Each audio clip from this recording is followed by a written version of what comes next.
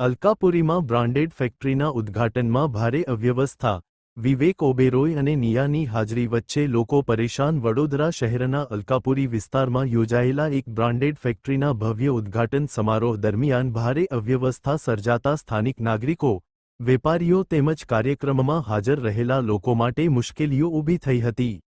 કાર્યક્રમમાં બોલિવૂડ અભિનેતા વિવેક ઓબેરોય તેમજ લોકપ્રિય ટેલિવિઝન અભિનેત્રી નિયા શર્મા અને તેમના સાથીઓ હાજર રહ્યા હોવાનું જાણવા મળતા મોટી સંખ્યામાં લોકો સ્થળ પર ઉમટી પડ્યા હતા.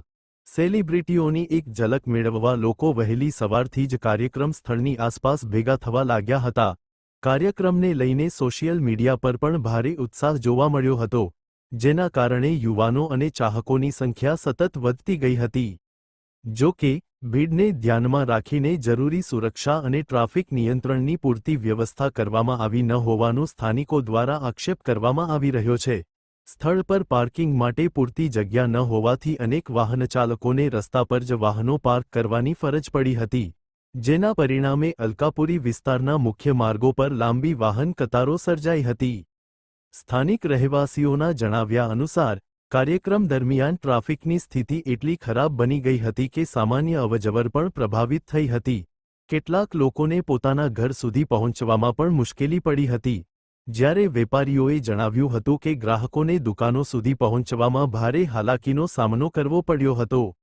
ભીડ નિયંત્રણ માટે બેરિકેડિંગ અથવા અલગ એન્ટ્રી એક્ઝિટ વ્યવસ્થા ન હોવાને કારણે લોકો એકબીજા સાથે ધક્કામુક્કી કરતા જોવા મળ્યા હતા. કાર્યક્રમ સ્થળે પોલીસની હાજરી મર્યાદિત હોવાનું પણ લોકોમાં ચર્ચાનો વિષય બન્યો હતો.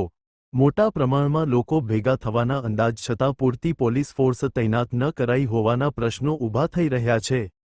ટ્રાફિક મેનેજમેન્ટ માટે અગાઉથી કોઈ સ્પષ્ટ આયોજન ન કરવામાં આવતા વાહનચાલકો કલાકો સુધી ટ્રાફિકમાં ફસાયેલા રહ્યા હતા. કેટલાક લોકોએ એવો પણ આક્ષેપ કર્યો કે ઇમરજન્સી વાહનો માટે પણ રસ્તો ખુલ્લો રાખવામાં મુશ્કેલીઓ સર્જાઈ હતી. સેલિબ્રિટીઓના આગમન સમયે ભીડ વધુ બેકાબૂ બની ગઈ હોવાનું સ્થળ પર હાજર લોકોએ જણાવ્યું હતું. ઘણા લોકો મોબાઈલમાં ફોટા અને વિડીયો લેવા માટે આગળ વધતા ગેટ પાસે ભારે ગીચતા સર્જાઈ હતી. કેટલાક લોકો માટે શ્વાસ લેવામાં મુશ્કેલી જેવી પરિસ્થિતિ પણ ઊભી થઈ હોવાનું કહેવાઈ રહ્યું છે. મહિલાઓ અને વડીલોને ખાસ કરીને અવરજવરમાં વધુ મુશ્કેલી પડી હતી.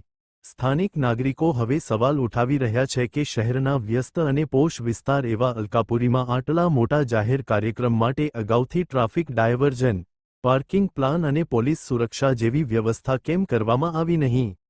લોકોનું માનવું છે કે આવી ઇવેન્ટ માટે મ્યુનિસિપલ તંત્ર, પોલીસ વિભાગ અને આયોજકો વચ્ચે વધુ સારું સંકલન જરૂરી હતું.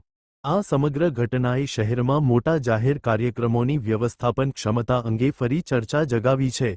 નાગરિકો હવે માંગ કરી રહ્યા છે કે ભવિષ્યમાં આવા કાર્યક્રમો માટે સુરક્ષા, પાર્કિંગ અને ટ્રાફિક નિયંત્રણ અંગે કડક માર્ગદર્શિકા બનાવવામાં આવે જેથી સામાન્ય જનતાને મુશ્કેલીનો સામનો ન કરવો પડે. આ સાથે આજની બધી મહત્વપૂર્ણ ખબરો પૂર્ણ થાય છે. તમે જોઈ રહ્યા હતા બરોડા આજતક લાઈવ. વિશ્વાસપાત્ર સમાચારનો વિશ્વસનીય સ્ત્રોત. હું છું રવિન્દ્ર. આપ સૌનો દિલથી આભાર. વડોદરા અને આસપાસની દરેક મહત્વપૂર્ણ અપડેટ માટે જોડાયેલા રહો અમારી સાથે.